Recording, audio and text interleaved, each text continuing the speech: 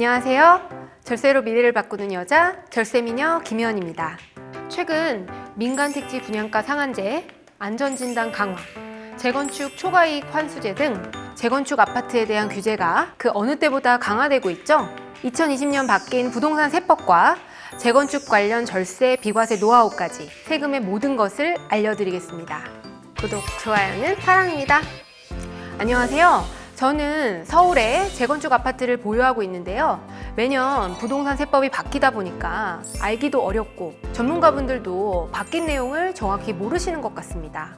올해 바뀐 부동산 세법 중 꼭 알아둬야 할 것은 무엇인지, 또 최근 합헌 결정이 내려진 재건축 초과이익 환수제로 일부 재건축 조합원의 경우 세금 폭탄을 맞을 수도 있다고 하던데 정말 그런 건지 궁금합니다. 올해 바뀐 부동산 세법과 재건축 초과이익 환수제에 대해서 문의를 주셨는데요.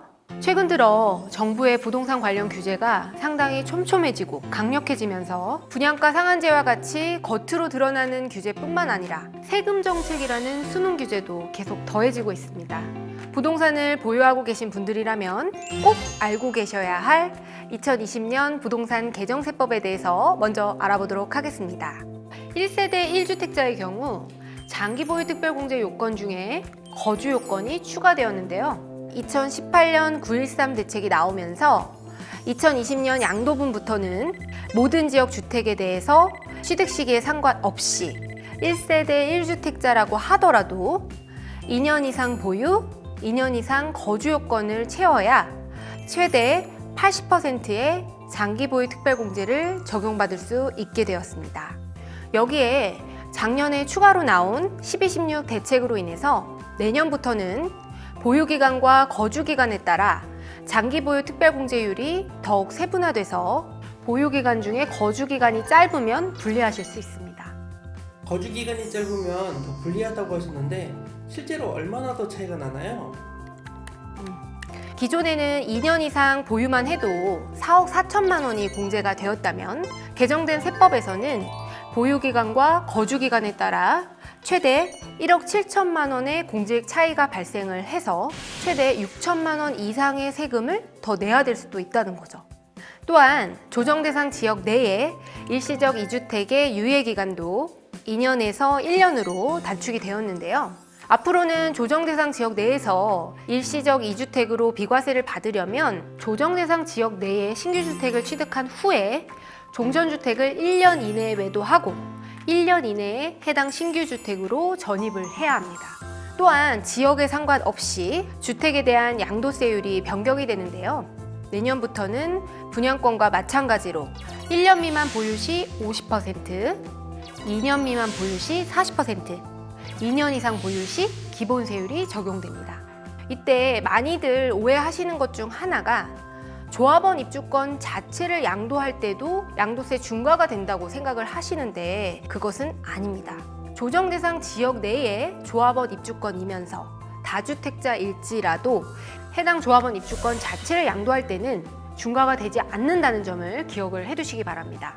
마지막으로 얼마 전 발표된 220 대책으로 인해서 조정 대상 지역은 3억 원 이상, 비조정 대상 지역은 6억 원 이상의 주택을 거래할 때 자금 조달 계획서 제출이 의무화되었기 때문에 이에 대한 준비도 필요합니다. 구독, 좋아요는 사랑입니다. 그리고 또 하나, 현재 재건축 조합원이시거나 투자를 계획하고 계시는 분들이라면 잊지 말고 기억하셔야 하는 것이 있습니다. 바로 작년 12월 헌법재판소에서 합헌 결정이 내려진 재건축 초과이익 환수제, 일명 재초안입니다. 재초안이 뭔지 살펴보면 재건축이 완료되면 아파트 가격이 오르잖아요. 그렇게 오른 가격에서 원래 집값을 빼고 재건축 기간 동안 주변에서 오른 집값을 빼고 개발 비용을 뺀 순이익이 1인 평균 3천만 원이 넘어가면 2명이면 6천만 원, 3명이면 9천만 원을 넘었을 때 그 초과이익에 대해서 10에서 50%까지 누진과세하는 제도를 말합니다. 2018년 1월 2일 이후 관리처분계획 인가를 신청한 재건축 조합이 대상이고요.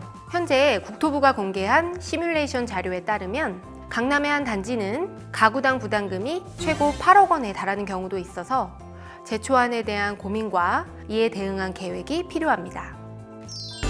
핵심 포인트, 이것만은 꼭 기억하세요.